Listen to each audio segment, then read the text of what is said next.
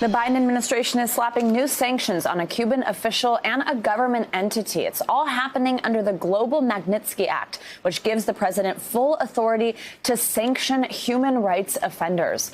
NBC News White House correspondent Monica Alba joins us now. Monica, good morning. So first, tell us about this move. Who's listed here? How and why did the White House arrive at this decision at this particular time? Well, the president was under pressure, Savannah, over the last couple of weeks since we saw, of course, that massive uprising, the protests in the streets of Cuba, given the regime there. And so the United States had said they were closely monitoring it, that they sympathized with the protesters, that they were behind them, that they wanted their voices to be heard.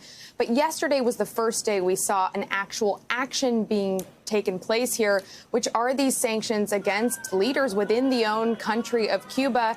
And this is something where the United States is going to try to send a signal that, of course, they're with these peaceful protesters.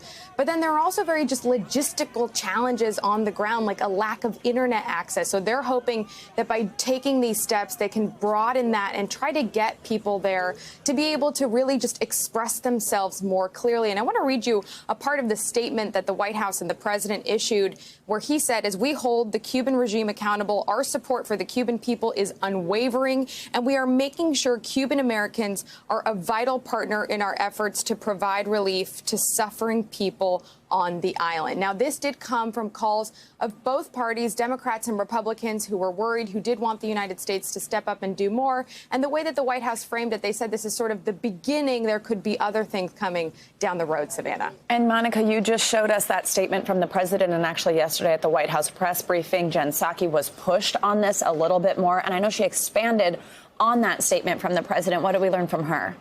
And this was more also about the timing of why now, exactly to your question, and why did it take so long? And this was something where the press secretary said they wanted to be sure they were using all the proper levers. This is something that came from the Treasury Department and the State Department. And again, they're reviewing other options. Take a listen to how she framed it and why they felt the time was right now.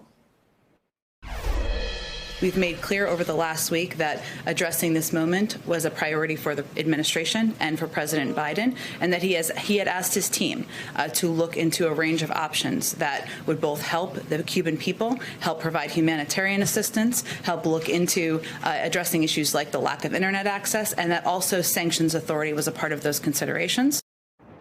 What's notable here is that we have seen the Magnitsky Act and these sanctions being used for countries like Russia and Venezuela. So the fact that they're being used now against Cuba is significant. And again, there could be more to come. Lots to watch for. Monica Alba, as always, thanks for your reporting.